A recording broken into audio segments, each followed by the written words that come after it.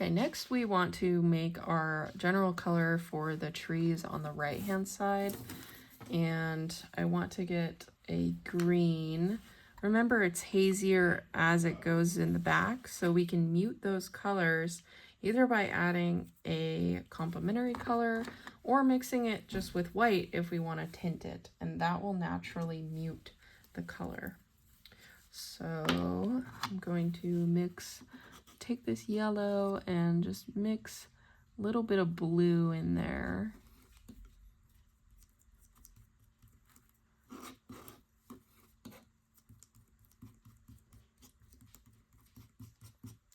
Now, I just want to remind you that this blue is leaning toward red. So it's already going to be a muted color because it has greens complementary in it, which is red. So we want to mute this just a little. Well, first we want to put a little bit of more blue in it. As a rule of thumb, when I'm going to tint a color, I like to save a little bit of that color in case I go to add too much white to it. Actually, I really like this color, so I think I'm going to keep it for that right hand side. I also want to mix a darker green in there. I'm going to put that down as well. And I have my colors for the right hand side. Put a little bit more blue on here.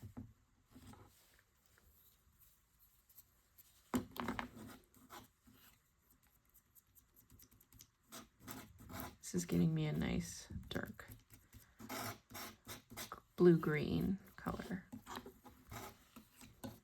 Okay. All right.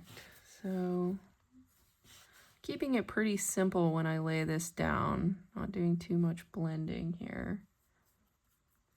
Getting enough paint to where I can lay it down.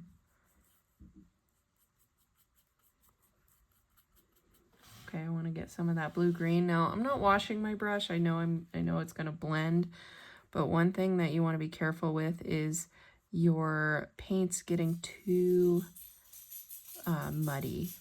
So you'll start to pick up other paint and it's going to start to blend into itself. When you start seeing too many colors in one area on the brush, that's when you want to regroup and clean your brush. It gets very muddy very quickly with oil paints, but we are working with acrylics.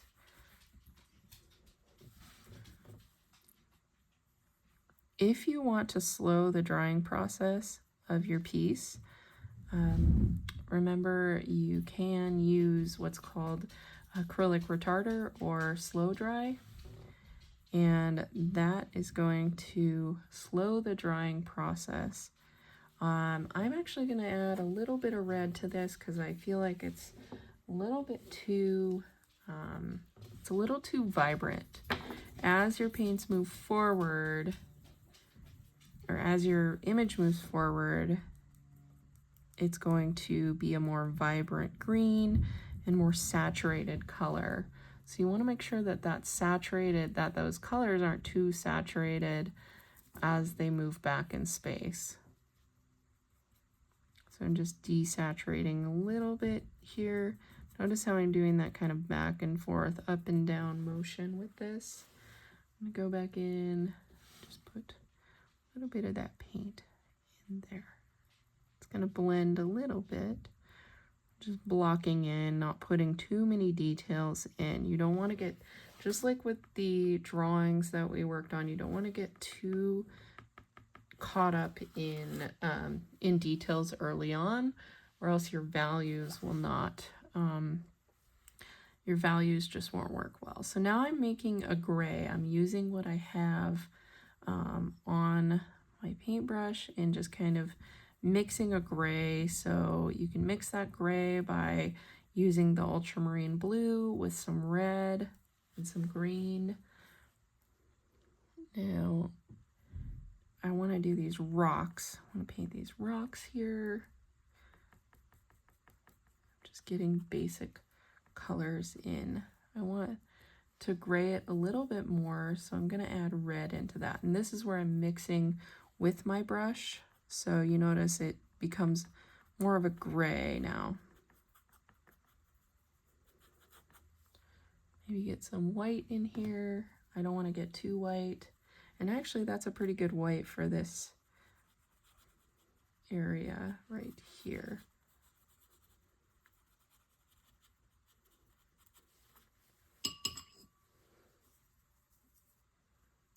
Get some of this dark.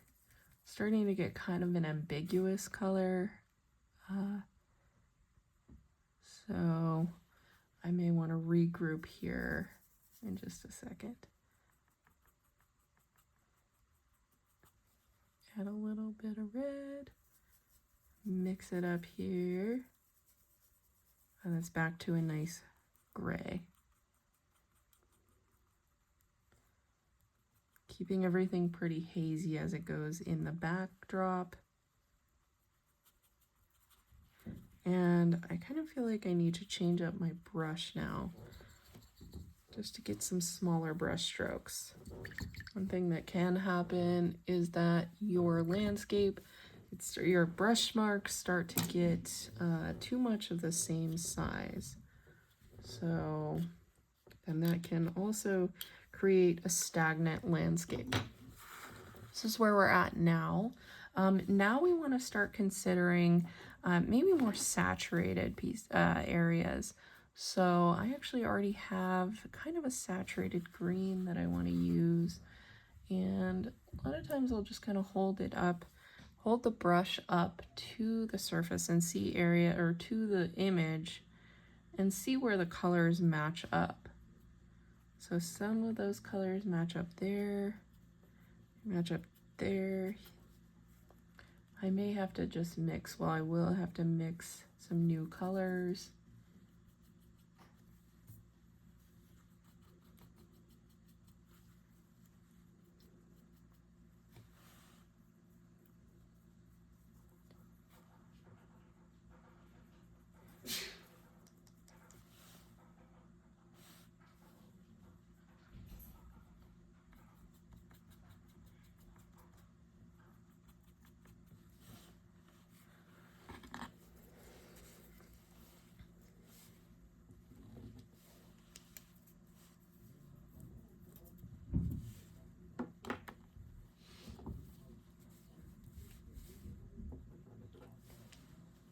I'm gonna get that darker color. And remember, I'm just kind of mixing with my brush still here.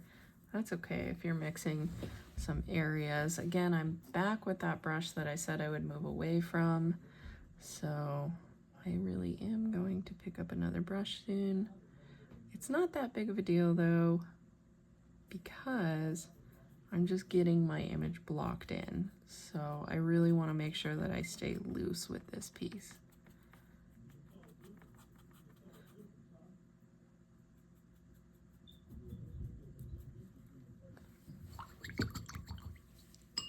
Clean that.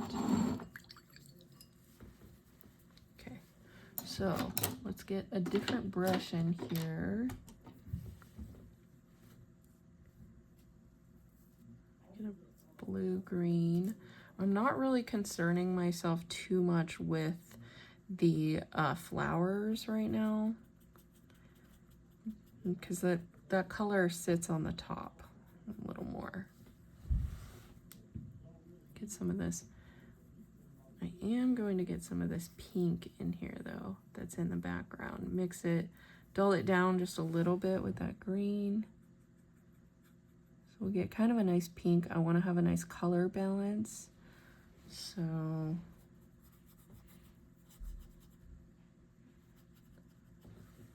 and I want to mix my water as well. Get some blue, green or blue.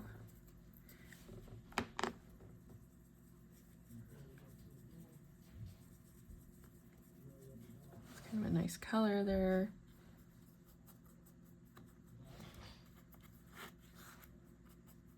Remember, I'm just blocking in, so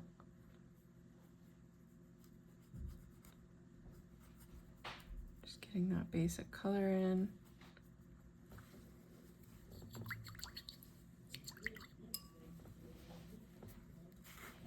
So I'm almost done with my blocked in layers. And I actually just want to I want to mix a nice solid color. So I'm just going to mix a nice big blue and green. The color that I want to achieve is a blue-green. So I'm going to do primarily blue with a little bit of yellow in here.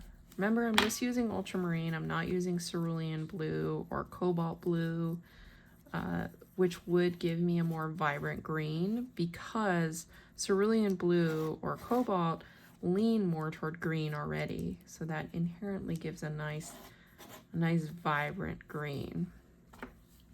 For the sake of using just primaries with no co-primaries, I am just going to I'm just going to stick with my ultramarine, and it'll just be a slightly duller painting, but that's okay with me. If I want to go back in and layer, I can do so later.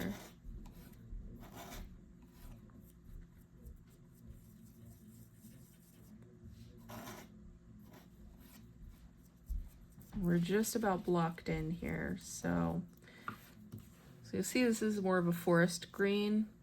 That's not going to change much unless I bring a different co-primary in.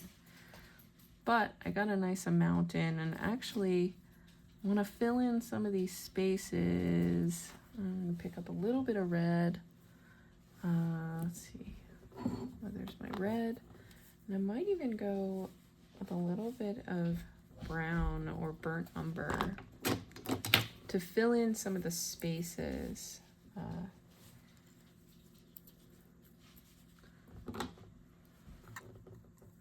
Mix up a little bit of that brown because there's a little yellow over in this area and over in this area. Remember, you can mix black by doing ultramarine and burnt umber pretty quickly. So I'm just going to put a little bit of a cool black over here. Just being very, very basic right now. Working sort of from back to front, and I'm just getting the base color. So if you squint your eyes, you can see the general colors of what I'm laying down. So I want to get some of my basic greens. It's going to be saturated as it moves forward.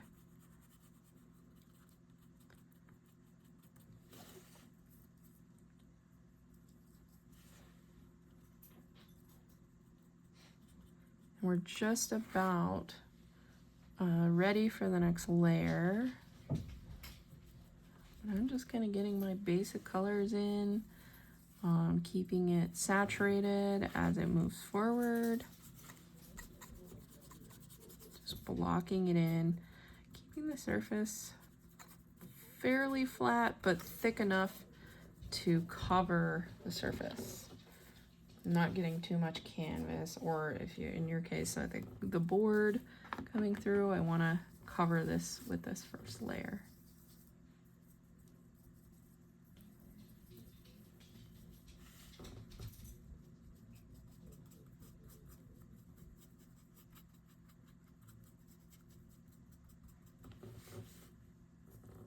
I'm kind of just walking in some of this, and I can always brighten this later, but for now I'm just getting the basic layers on the front here.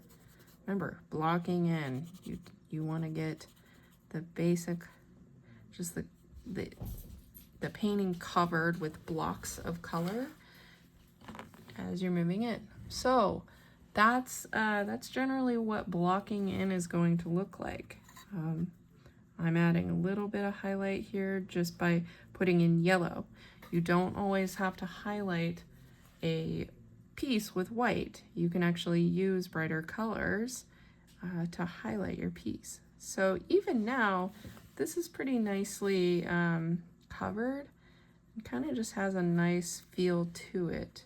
Of course, I want to go in with more details later once it dries, which is pretty quickly. But for now, I'm happy with the blocked in first layer.